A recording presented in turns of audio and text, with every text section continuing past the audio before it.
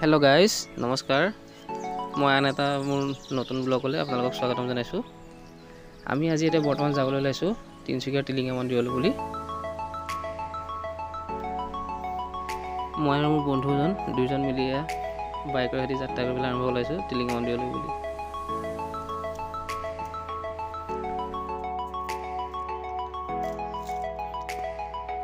আৰু এনেকৈ দুইজনে বাইকত যাবলৈ কাৰণে হেলমেট পিন্ধি লৈছো।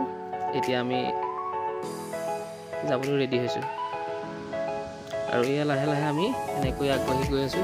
তিনিকুণীয়া পাৰ হৈ তিনচুকীয়া ফালে দি আগবাঢ়ি গৈ আছো।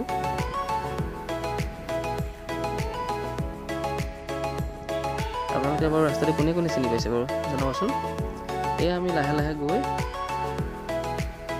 এটা ভিতৰৰ ৰাস্তা দি গৈছো আৰু টিলিঙা মন্দিৰটো অৱস্থিত হয় তিনচুকীয়া আৰু দুলীয়াজানৰ ৰাস্তাত।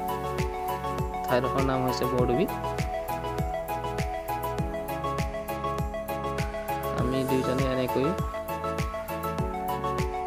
আগুৱাই গৈ আছো আৰু অৱশেষত গৈ আমি ইয়াৰ পূজাৰ কাৰণে আমি ইয়াত লৈছো চাকি লৈছো, ধূপ লৈছো আৰু এই ফুল দিছে।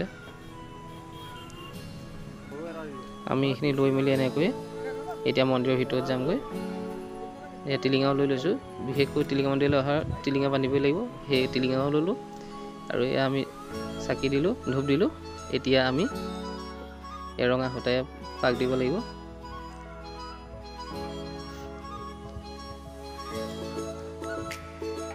আৰু এনেকৈ এয়া আমি সূতা ৰঙা সূতা বান্ধিছো। এনেকৈ মেৰিয়ালে হেনো মনৰ কামনাবোৰ পূৰ্ণ হয়। আৰু এয়া হৈছে তাৰ চৌপাশটো। ধন্যবাদ। আপোনালোকে কেনেকুৱা হৈছে লাইক কৰিব, কমেণ্ট কৰিব, শ্বেয়াৰ কৰিব।